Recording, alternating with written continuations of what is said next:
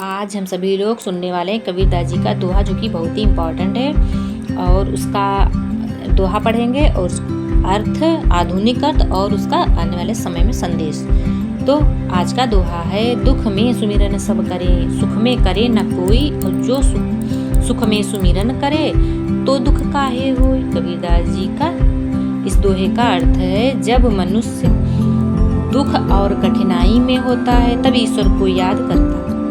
जब कठिनाई होती है तब ईश्वर को याद करता है, तब वह ईश्वर को याद करता है, लेकिन सुख और समृद्धि के समय ईश्वर को स्मरण नहीं करता है, भूल जाता है, स्मरण ही नहीं करता। इसीलिए कबीरदास जी कहते हैं, यदि मनुष्य सुख के समय ईश्वर को याद करता रहे, उसे दुख का स्मरण करने में कठिनाई नहीं होगी।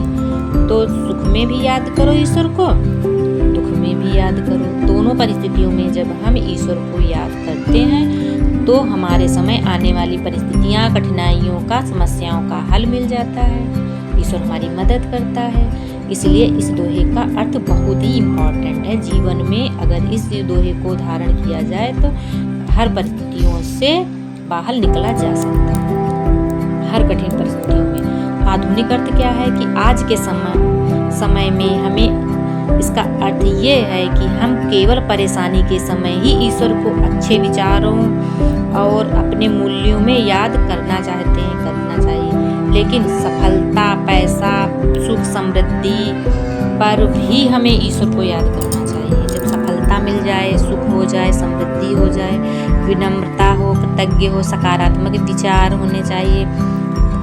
और सुख में समय अच्छे कर्म करने वाला व्यक्ति कठिन समय आने पर अपने मानसिक रूप से मजबूत बन जाता है।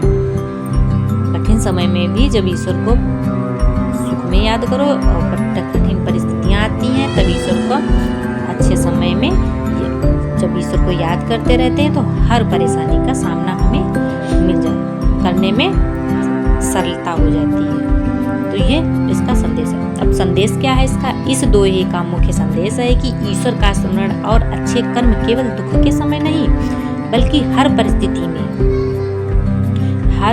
जब इस दोहे का मुख्य अर्थ है कि इसे ईश्वर का स्मरण और अच्छे कर्म केवल दुख के समय नहीं, बल्कि हर परिस्थिति में करना चाहिए। सुख के समय अहंकार नहीं करना चाहिए। ऐसा करने से व्यक्ति कठिनाइयों का सामना धैर्य और आत्मविश्वास के साथ कर सकता है। इसका ये अर्थ है। तो हमें कबीरदास जी के दोहे से क्या समझ में आया, क्या हमने सीखा, कमेंट बॉक्स में ज़रूर लिखना।